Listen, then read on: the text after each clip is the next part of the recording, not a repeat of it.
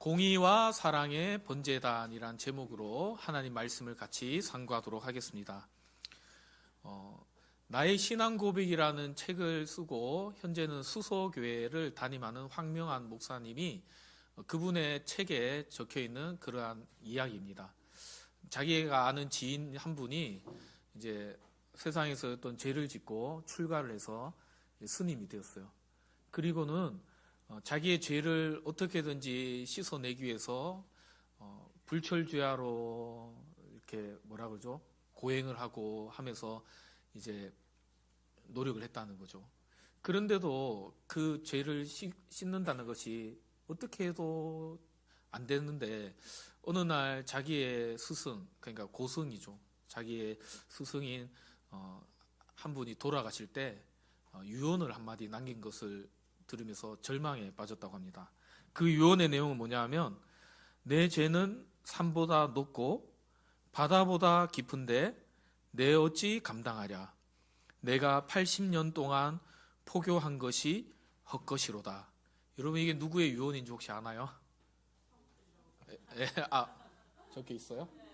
네, 성철 스님이란 그분이 이제 마지막에 죽기 전에 남긴 유언이라 그래요. 근데 이게 불교라는 어떤 종교를 폄하하기 위해서가 아니라 이게 우리의 인간의 모습인 거죠. 우리도 마찬가지입니다. 우리도 내 죄를 씻기 위해서 선행을 행하기도 하고, 내 죄를 씻기 위해서, 씻어내기 위해서 또 어떠한 종교적인 어떤 의식들을 우리 스스로도 행할 수도 있겠죠. 그러나 아무리 노력한다고 해도 우리는 우리의 죄를 스스로가 씻어낼 수 없다는 것을 우리는 기억하시기를 바랍니다. 이 불교에 이렇게 출가를 해서 오랜 고행을 했던 이 스님들 뿐 아니라 여기에 있는 우리 모두도 동일하게 마찬가지로 이 죄의 문제에 있어서는 우리 스스로가 결코 어찌할 수 없는 그런 처지에 놓여 있다는 것을 우리는 기억하셔야 된다는 거죠. 그래서 우리가 지난주에 말씀을 통해서 살펴봤듯이 울타리가 있고 그 성막에 하나의 문이 있었잖아요. 그 하나의 문이 무엇을 상징한다 그랬죠? 예수 그리스도. 예수 그리스도 그분만이 우리가 하나님께로 나아갈 수 있는 유일한 길이시고 문이심을 여러분 기억하실 수 있기를 바라요. 요한복음 10장 9절 말씀에는 예수님이 이렇게 말씀하시죠. 내가 문이니 누구든지 나로 말미암아 들어가면 무엇을 받고요? 구원을 받고, 그 문을 열고 들어가면 반드시 구원을 받는다는 거예요. 어떤 방법으로도 우리는 우리의 죄를 씻을 방법이 없음을 여러분 기억하기 바라요. 그 책에 보면요, 그 뒤에 이런 내용이 나와요. 그래서 그 스승의 그 유언을 듣고 이제는 절망감에 빠져 있을 그때 어느 날 예수 믿는 사람을 만나게 됩니다. 그런데 그 예수 믿는 사람은요, 그 죄의 문제를요 아주 쉽게 해결하더라는 거죠. 어떻게 하나 이래 보니까 하나님 앞에 나아가서 그냥 그 죄를 아뢰고 용서를 구하며 나아갔다는 것이라는 거죠.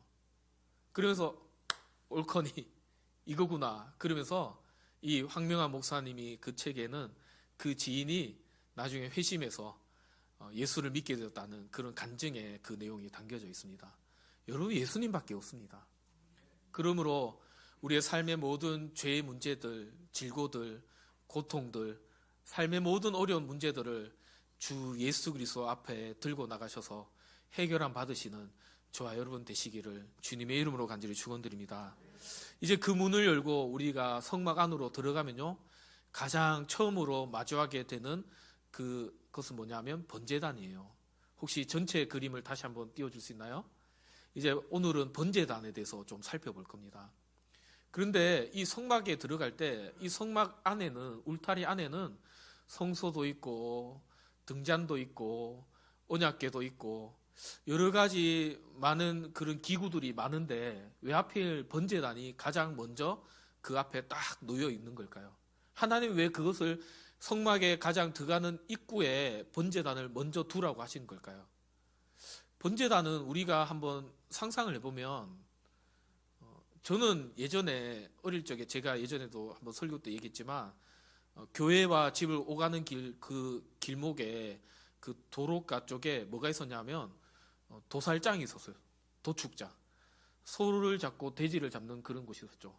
그러면요, 거기를 그 근처를 지나만 가도 한 반경 한 뭐 1km까지는 아닌 것 같고 한 몇백 미터 그 옆인데도 불구하고 피 비린내가 진동을 합니다.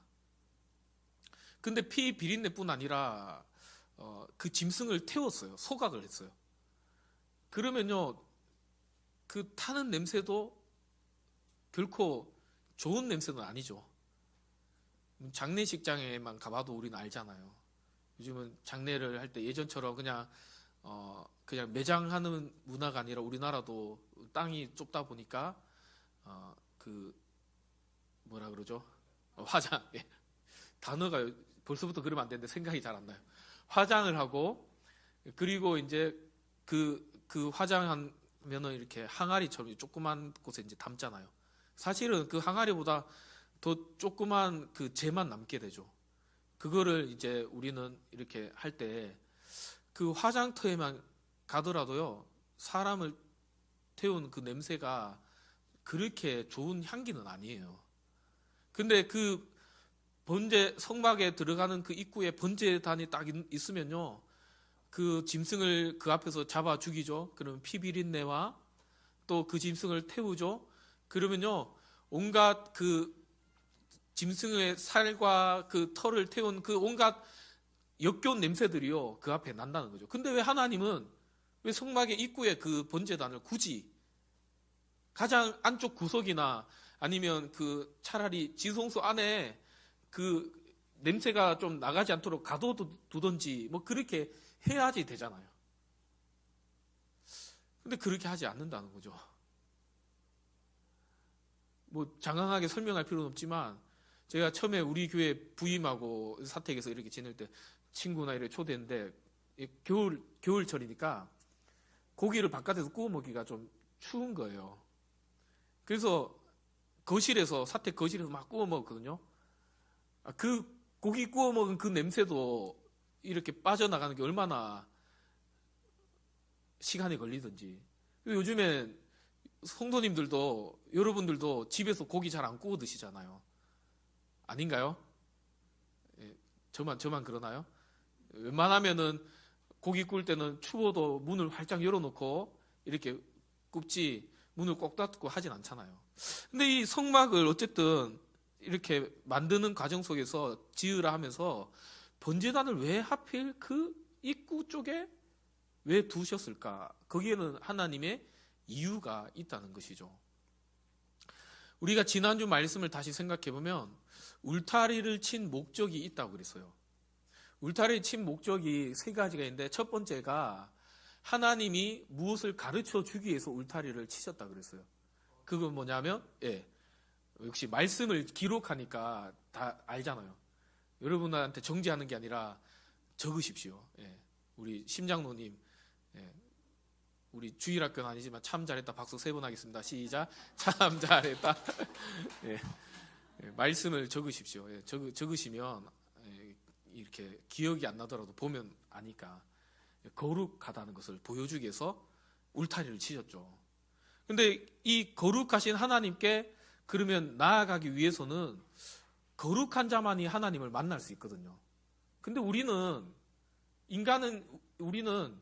거룩하지가 않다는 거죠. 그러려면 이 거룩하신 하나님을 만나기 위한 방법이 필요한데 그것이 뭐냐면 이 번제단이었다는 거예요. 그리고 왜 이 번제단이 거룩하신 하나님을 만나는 유일한 통로가 되는 것인지 우리가 오늘 말씀을 통해서 간략하지만 몇 가지를 좀 살펴보고 이 번제단을 보면서 그러면 우리 삶에 우리는 이 번제단처럼 또 번제단에 올려지는 그 제물처럼 우리는 또 어떻게 이 시대 가운데 살아가야 될지를 같이 좀 생각해보는 그런 시간이 되었으면 좋겠습니다. 우리는 거룩하지 않기 때문에 하나님은 이 피비린내 나고 역겹지만 이 번제단을 그 성막 앞에 두시고 이 번제단을 지나갈 때 너희가 거룩하여진다라고 그렇게 말씀하고 계세요. 왜 이 번제단을 지날 때 거룩해지냐 하면 로마서 3장 23절을 보면 하나님은 인간이 어떤 존재임을 이 바울을 통해서 우리에게 말씀하여 주고 있어요. 모든 사람이 죄를 범하였음에 어떻게 된다고요? 하나님의 영광에 이르지 못하였더니. 오늘 우리 주일학교 아이들과 공교롭게 말씀이 좀 약간 겹치는데, 이사야서 59장 2절에 보면 우리의 지은 죄 때문에 하나님과 우리 사이를 갈라놓았다라고 그렇게 말씀하고 있다는 것이죠.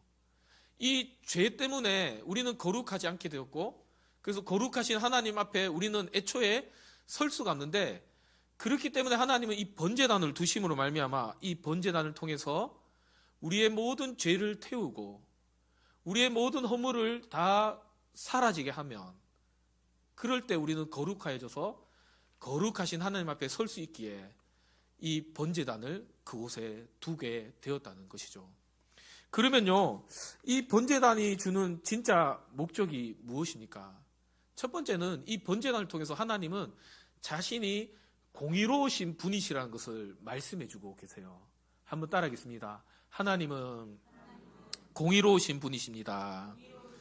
여러분, 번제단의 그림을 한번 띄워주시면, 번제단은요, 가로 세로 이렇게 길이가 5규빗이에요.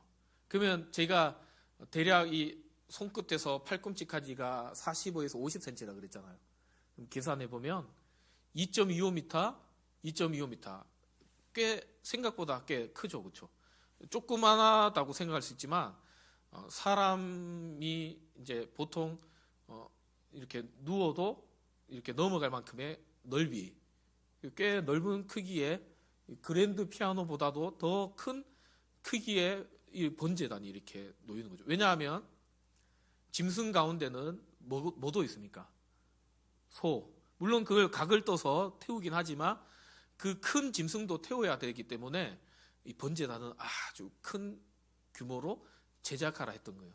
근데 세로, 가로 2.5, 2.5. 높이는 3규빗이니까 대략 1.3에서 4m. 그 정도 크기의 아주 큰 번제단이 딱 이렇게 세워져 있는 거죠. 근데 이것을요, 만들 때 1절에 보니까 조각목, 아카시아 나무로 만들고, 그리고 2절에 보니까 이것을 나무 주변을 또 무엇으로 싸라고 하냐면 노스로 싸라 그래요. 여러분, 노스는 어떤 거냐면, 노스는 저도 설교를 준비하면서 이렇게 찾아보니까 아주 센 불을 가해도 쉽게 녹지 않는 성질을 가진 재질이에요. 그리고 이때 당시에는 거울을 뭘로 썼을까요? 놋을 막 닦아가지고 이렇게 쓰기도 했던 시절이기도 하죠. 근데 이 놋은요, 불길 속에서 녹지 않고 견디는 이런 금속인데, 이건 어떤 의미냐면 약간 상징적인 의미, 약간 그런 좀 이렇게 상징적인 의미로 설명하자면, 이 놋이 강한 불길 속에서 녹지 않듯이 우리가 받아야 할 격렬한 심판과 고통을 예수님께서 견디신다라는 어떤 그런 상징적인 의미가 있다는 것이죠. 물론 하나님이 이 번제단을 만들 때 뭐 이것을 이런 상징적인 의미가 있다라고 설명하면서 이렇게 만드신 것은 아니지만 어떤 그런 의미를 우리가 부여할 수 있다는 것이죠. 또 한 가지는 이 것을 만들 때 가로 세로 2.5, 2.5 반듯한 정사각형을 만들려고 그러잖아요. 이건 또 어떤 상징성이 있을까요? 공정함, 정확함. 이것은 하나님이 우리를 심판하실 때 어떤 사람에게는 좀 덜 벌을 주고 어떤 사람에게는 또 강하게 벌을 주고. 근데 인간은요, 참 그게 안 되잖아요. 저만 해도 그래요. 저희 집에 이제 자녀들 3명이 있는데요. 여기에 다 없으니까 이제 얘기합니다. 주아 집에 가서 일러주지 마라. 네. 근데 그 중에 하나이는요, 유독 좀 표정 자체부터 반성의 기미가 없어요. 저도 인간이다 보니까. 근데 하나이는요, 또 어떤 아이는 이렇게 좀 이렇게 뭐라고 하려고 하면 말도 안 했는데부터 아빠 잘못했어요 이렇게 하는 애가 있어요. 그러면요, 두 아이 중에 누가 더 혼날까요? 공정하게 똑같이 혼내야 되는데요, 인간인지라 그게 안 되더라고요. 근데 막 혼내는데도 얘가 계속 말대꾸하고 내가 잘못한 게 뭔데요? 이렇게 막 대드는 경우도 있어요. 그럴 땐요, 진짜 막 화가 막 머리 끝까지 막 나는 경우도 있죠. 그런데 하나님은요, 그렇지 않다는 거예요.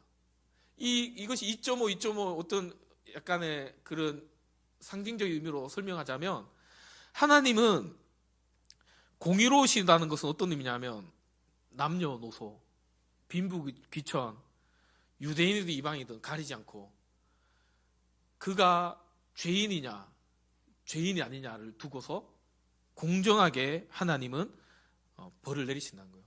또 다르게 설명하자면, 하나님 앞에서 죄라는 것은 결코 용납받을 수 없는 문제라는 거예요.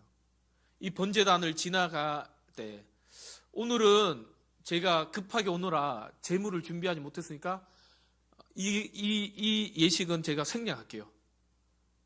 다음 주에 제가 와서 대신 2배로 하겠습니다 하고 하면서 이렇게 지나가서는 안 된다는 거예요.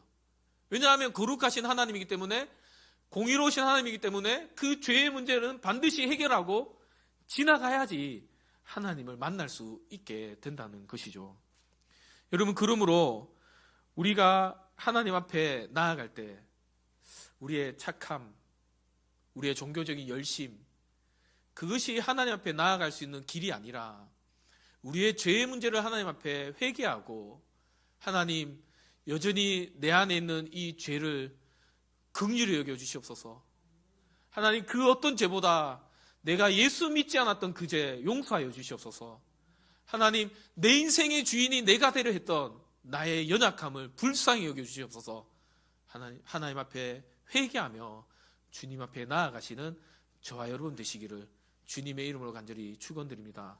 여러분, 하나님 앞에는 그 어떤 것도, 인간은요, 어떤 부분에서는 또 용서해 주잖아요.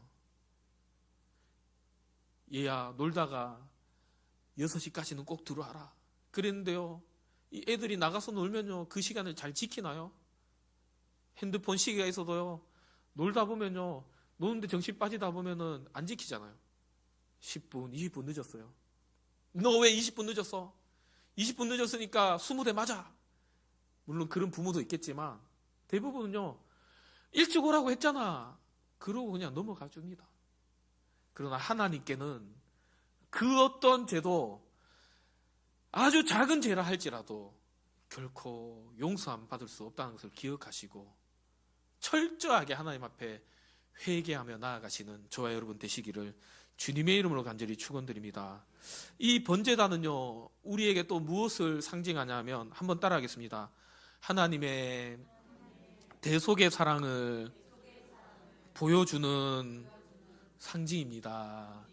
이 번제단이 왜 그 입구에 딱 있냐면요, 하나님이 어떤 분이신지 이해하게 해주기 위해서 거기에 있는데, 첫 번째가 공의의 하나님이었다면 두 번째는 나는 사랑의 하나님이야 라는 것을 보여주시기 위해서 거기에 두셨다는 거예요. 인간은 그 어떤 방법으로도 그 죄를 씻을 수 없다라고 말했잖아요. 여러분이 아무리 착한 일을 많이 한다 하더라도, 여러분의 버는 재산의 수입의 절반을 고아원이나 양로원이나 어떤 사회의 어떤 기관에 여러분들이 기증을 한다 하더라도, 하나님은 그것으로 여러분의 죄를 감하여 주지 않는다는 것을 기억하셔야 돼요.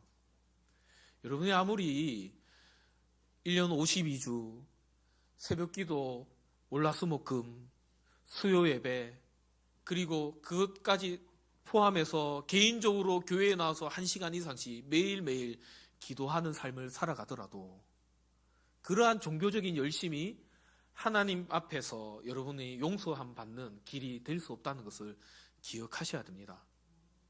물론 매일 예배드리고 여러분 하나님 앞에 말씀을 읽고 기도하는 삶을 살아간다는 자체가 내가 하나님의 그 사랑의 은혜를 누리고 살아가기 때문에 나오는 삶의 어떠한 태도이긴 하겠지만, 그 열심으로 해서 내가 하나님께 구원을 받거나 용서를 받는다는 것을 여러분 착각하지 말으셔야 된다는 거예요. 오직 한 길, 이 번제단을 지나가야만 하나님 앞에 우리의 모든 죄가 사함받고 용서받는다는 것을 여러분 믿으시기를 바랍니다. 레위기 1장을 보면요, 이런 내용이 기록되어져 있어요. 구약 시대에는 하나님 앞에 나아오기 위해서 먼저 나 대신에 죽어야 될 짐승을 끌고 옵니다. 그리고요, 그 짐승의 머리에 여기 나오는 그림처럼 손을 얹고 안수를 해요. 안수를 한다는 것은 나의 죄를 이 짐승에게 전가한다는 의미예요. 그리고요, 이 짐승을요, 누가 죽이냐면 그 제물을 끌고 온 그 당사자가 그 짐승을 찔러 죽입니다. 여러분, 여기까지만 하더라도 얼마나 잔인합니까? 그런데 그 짐승을요, 이제 제사장이 각을 떠요. 각을 들고 피를 그 제단에 바르고 그 뿔에 바른 이후에 뭘 하냐면 그 짐승을 이제 그 번제단에 얹혀놓고 각을 잘라낸 그 짐승을 태우는 거죠. 그러면 우리 한번 상상해 볼까요? 한번 그냥 눈 뜨고 상상하면 잘 안 되니까 눈을 감고 주무시지 말고, 여러분이 가지고 온 그 짐승을 여러분이 죽였어요. 그리고는 죽이기 전에 나의 죄를 거기에 전가시키고 한 주간에 누구를 미워했던 죄, 내 아내에게 험한 말을 했던 죄, 누군가를 무시했던 죄, 하나님이 내 인생의 주인인데 내가 내 인생의 주인인데 내 마음대로 했던 그 모든 죄를 여러분 양에게 다 전가시켰습니다.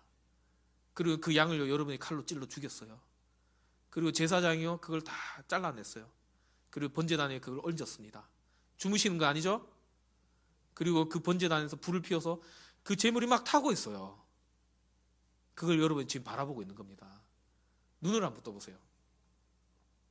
여러분 무슨 생각이 드실 것 같습니까? 잘 탄다. 야, 다음에는 양고기 말고 소고기 가져와서 한번 태워봐야겠다. 그런 생각 하시겠어요? 야, 저거 다 태우지 말고 저거 구워 먹으면 지금 딱 덜 익었을 때 먹어야 맛있는데, 소고기는 덜 익었을 때 먹어야 되는데. 그런 생각 하시는 분 아무도 없죠. 눈을 뜨고 이제 저를 보세요. 아직까지 눈 감고 주무시는 분 계셔서 그래요. 눈 뜨고 보세요. 여러분, 이스라엘 백성들이 무슨 생각했을 것 같아요? 아마 이 한 가지 생각했을 것 같아요. 저 자리에 내가 있어야 되는데, 나 대신에 지금 저 짐승이 죽어 있구나. 내가 애써 키웠던 저 사랑하는 나의 저 아끼는 저 짐승이 내 대신에 저 자리에서 죽어 있구나. 여러분 그 생각하고 있지 않겠습니까? 번제단은요, 그런 곳이라는 거예요. 날 대신해서 무언가 어떤 짐승이, 때로는 내가 돈이 없을 때는 곡식을 가져서 빻아서 가루로 들여서 그것을 태울 때 그것을 바라보면서 무슨 생각이 있을까요? 잘 탄다. 오늘은 불이 세구나. 오늘은 순식간에 타겠구나. 이런 생각이 아니라 내가 저 자리에 있어야 되는데, 내가 죽어야 되는데 나 대신에 저 짐승이 죽었구나. 그 생각을 한다는 거죠. 여러분, 그러면 오늘날로 우리가 다시 돌아와서 우리가 날마다 주님 앞에 나아가는 이 예배를 드릴 때 우리는 번제단이 없잖아요. 그러나 주님 앞에 나아갈 때 우리의 모든 죄와 허물들을 우리는 다 태워야 되잖아요. 거룩하신 그 하나님 앞에 우리의 죄를 가지고 우리는 하나님 앞에 나아갈 수 없기 때문에 그 죄의 문제를 해결해야 되는데 우리는 어떻게 해결해야 됩니까? 날마다 내가 죽어야 될 그 자리에 나 대신에 예수 그리스도 그 십자가를 우리는 붙들면서 우리는 나아가셔야 된다는 것이죠. 여러분, 요한복음 1장 29절에요. 세례 요한은 예수님을 향해서 이렇게 외쳤어요. 보라, 세상 죄를 지고 가는 하나님의 어린 양이로다. 예수님이 저와 여러분을 위해서 모든 죄를 지시고 날마다 죽으신 덕분에 우리는 주님 앞에 나아갈 수 있는 그 길이 열려졌음을 여러분 믿으시기 바랍니다. 세 번째는요, 이 번제단은 생명을 살리는 구원의 뿌리라는 거예요. 번제단의 끝에 보면은 이렇게 뿔이 네 모퉁이마다 이렇게 나와 있어요. 근데 그 뿔은 뭐냐 하면, 성경에 보면은 구원의 뿌리라는 단어가 자주 등장해요. 특히 구약에는. 또 구약 시대에 이렇게 보면 이 뿔은요, 어떤 죄인들의 피난처가 되기도 했어요. 솔로몬이 왕으로 즉위하기 전에 솔로몬이 왕이 못되게 하고 자기들이 왕이 되려고 하다가 결국에는 그게 실패하고 솔로몬이 왕이 돼요. 그럴 때 이제 어떤 생각이 들까요? 이제 나는 죽었구나 이런 생각이 드는 거예요. 오늘날 정치도 마찬가지잖아요. 누군가가 정권을 잡으면요, 자기를 핍박했던 반대 정권을요, 그게 이제 정치 보복이라고 하죠. 근데 안 하려고 해도 안 할 수가 없어요. 왜냐하면 생각이 나거든요. 이제 내가 정권을 딱 잡으면요, 예전에 너 나한테 이런 말 했었지라는 게 딱 생각이 나요. 그게 사람이에요. 보복을 하죠. 그래서 이 아도니아도 자기가 죽을 것 같았어요. 그래서 어디로 달려갔냐 하면 성막에 있는 번제단으로 막 달려간 거예요. 그리고 그 번제단의 뿔을 딱 잡습니다. 그게 그냥 한 행동이 아니라 어떤 그런 상징적인 약속들이 그 안에 있었기 때문이에요. 누구라도 그 죄가 있더라도 그 번제단을 잡고 용서를 구하면 하나님의 그 긍휼의 은혜가 그에게 임할 것이다 라는 것이 있었기 때문이에요. 그건 왜냐하면 레위기서 이제 를 보면 4장에 보면 제사장이 그림을 한번 띄워줄 수 있어요? 제사장이 그 번제단의 그 모퉁이에 있는 그 뿔에 피를 이렇게 발라요. 이렇게. 그 피를 바르는 이유가 뭐냐 하면 이 뭐 제단에도 뿌리기도 하지만 그냥 죽여서 피를 그냥 땅에다 다 버리는 게 아니라 그 피를 거기다 이렇게 이제 바르는 거죠. 그래서 이 번제단의 그 뿔을 잡는 자는 하나님의 긍휼함을 입을 수 있다는 것이 암묵적으로 그것이 이제 구약 시대부터 이렇게 전해져 왔다는 거죠. 오늘날의 그 번제단의 뿔은 무엇일까요? 예수님의 십자가인 것이죠. 우리는 그 어떤 죄를 지었더라도 우리는 예수 그리스도의 그 십자가의 그 은혜만 붙잡기만 한다면 하나님은요, 너희가 모든 죄를 나는 말갛게 기억지 않고 내가 생각지도 않겠다라고 말씀해 주셨잖아요. 여러분, 그러므로 우리가 어떤 죄를 지었더라도 어떤 잘못을 했더라도 하나님 앞에 용서해 주시옵소서, 예수님의 이름으로 기도드립니다, 아멘이라고 기도하면요, 어떤 역사가 일어납니까? 우리 하나님은 생각지도 않으시고 기억지도 않으시겠다고 말씀해 주셨다는 것이죠. 요즘은 어쩔 수 없이 뉴스나 이런 데 법정 장면들이 많이 나와요. 그러면 재판장이 있으면 판사와 검사가 있죠. 그러면 검사가 뭐 사단이다 그런 얘기가 아니라 사탄이 하는 역할이 검사의 역할이에요. 검사가요, 이 사람은 어떤 죄를 지었고 이 사람은 어떤 죄를 지었고 그러면서 몇 년을 구형해야 된다고 이렇게 얘기하죠. 하나님, 박성대가 죄를 지었는데 이 박성대란 사람은 사형을 해야 됩니다, 이렇게 이제 하죠. 그러면요, 반대측에 있는 변호인이 아닙니다, 이 사람은 억울합니다 라고 하면서 그 말을 변호해 주는 거죠. 그런데도 이 재판장이 그 두 사람의 이견을 다 듣고 난 뒤에 어떤 판결을 내리죠? 주문, 이러면서 이제 얘기하잖아요. 박성대가 착한 일을 많이 한 것은 맞지만 그러나 예수 그리스도를 믿지 않았기 때문에 영원한 영벌에 처한다, 이렇게 이제 내리는 거죠. 그런데 그러한 판결이 내려지기 전에 어떤 일이 일어나냐 하면 변호사 되시는 예수님이 딱 나타난 거예요. 얘는 잘못이 없습니다, 나를 통해서 얘를 보십시오, 그러면서 딱 서는 거예요.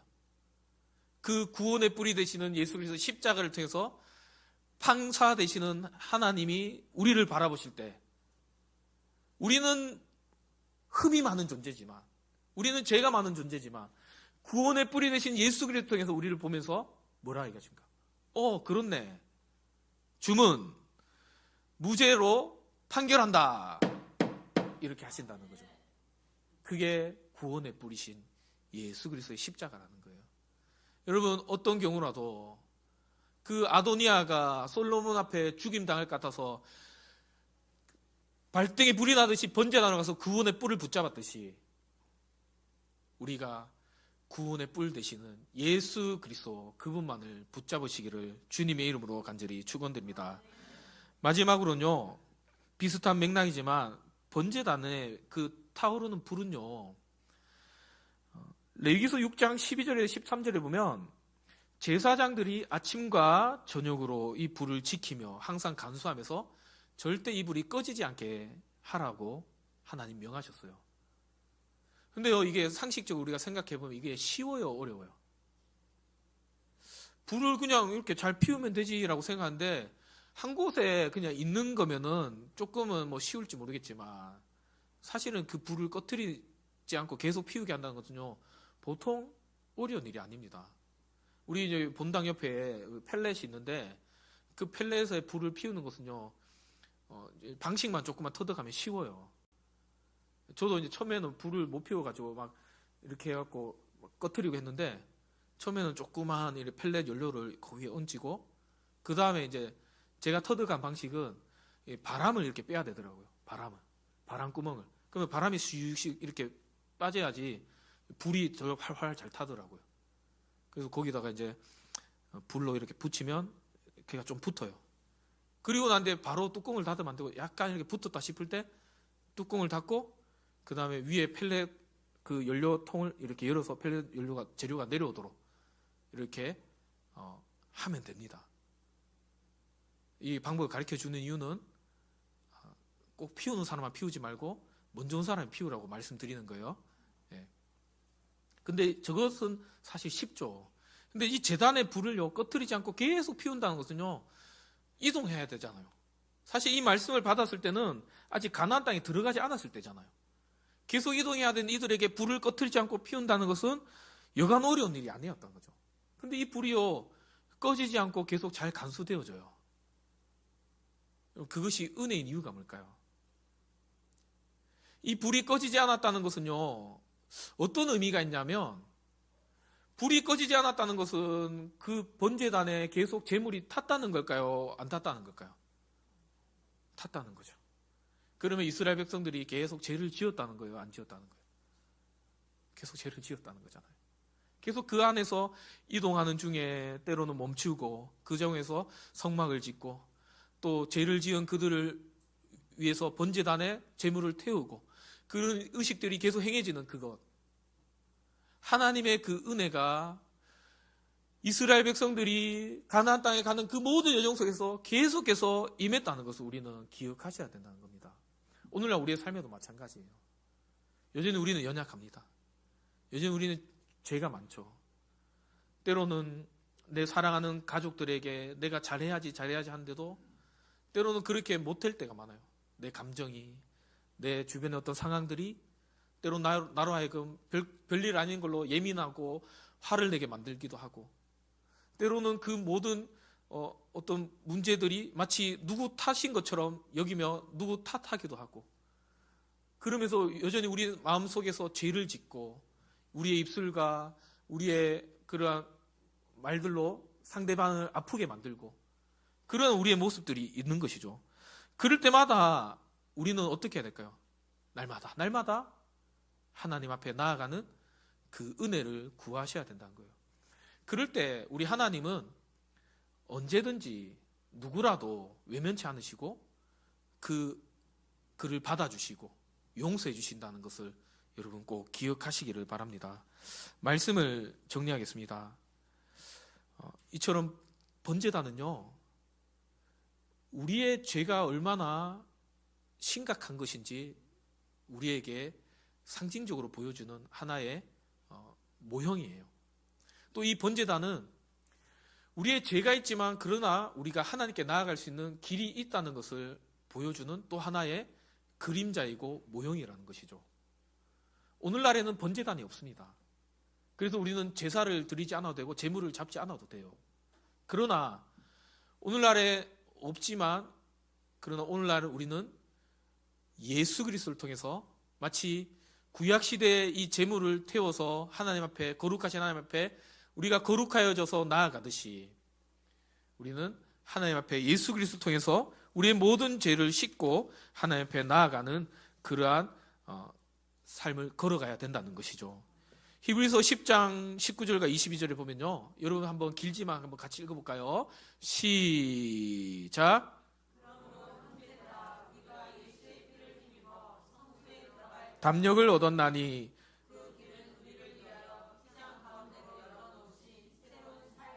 여기까지 읽을게요. 여러분, 우리에게 유일한 길, 구약시대는 번제단을 통해서 하나님께 나아가는 그러한 길이 있었지만 오늘날 우리에게 누구를 통해서요?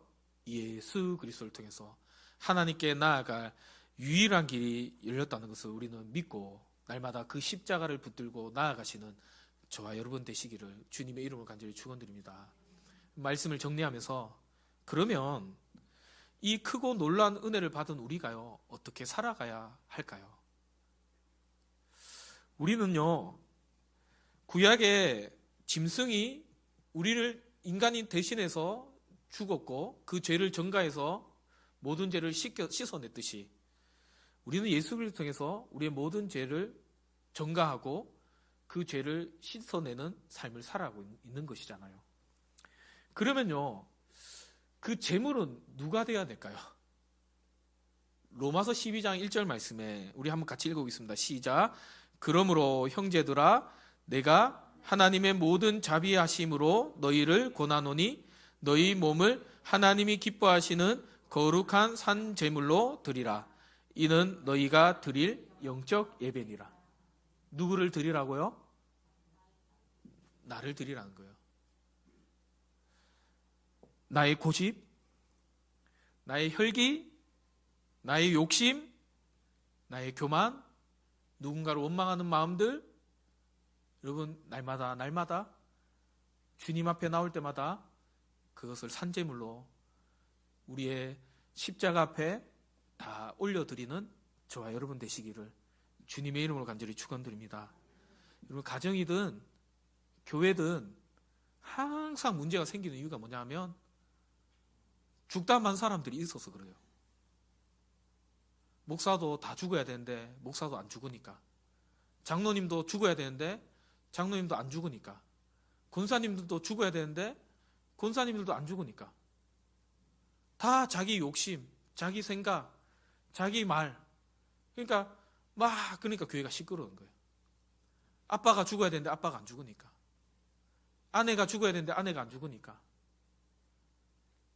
자식들이 죽어야 되는데 자식이 안 죽으니까, 다 자기가 옳다 그러니까 시끄러워지는 거예요.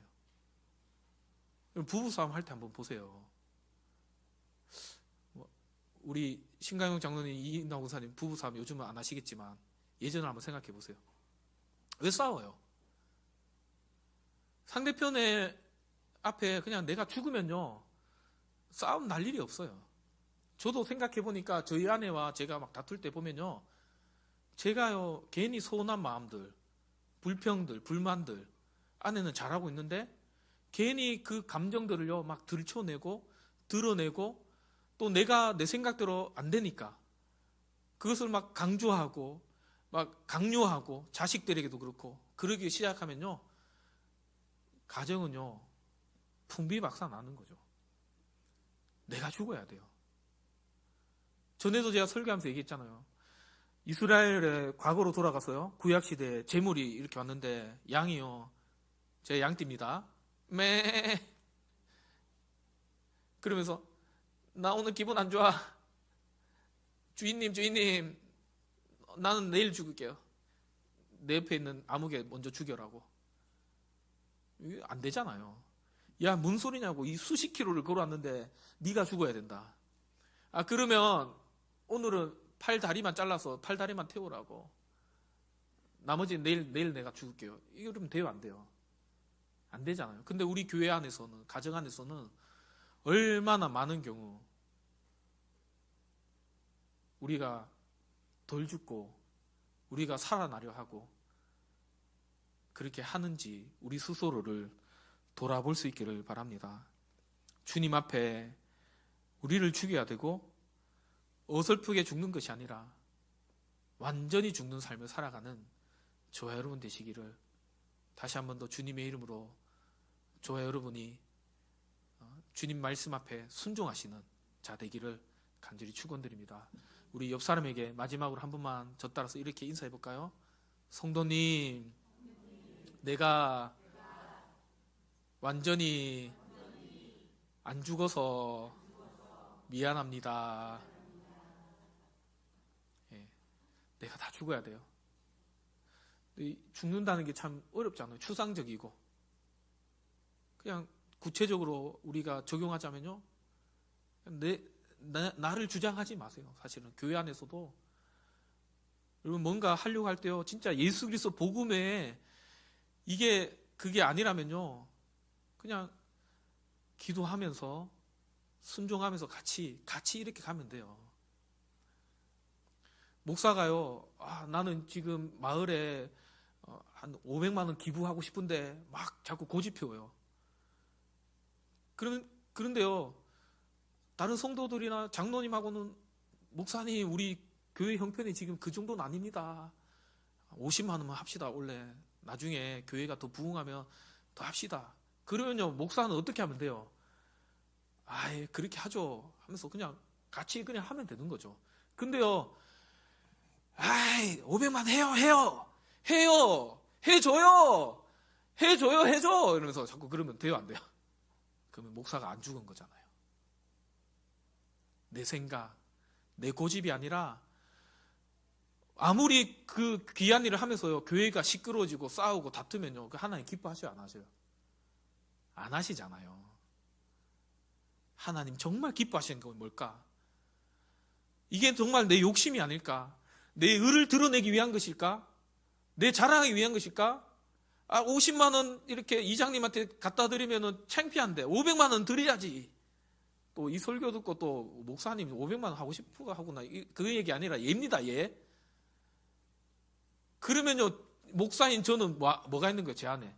나의 의, 나를 드러내고 싶은 마음, 나를 자랑하고 싶은 마음, 우리 교회가 이 정도 된다는 그것을 좀 드러내고 싶은 그 욕심, 내가 덜 죽은 거죠.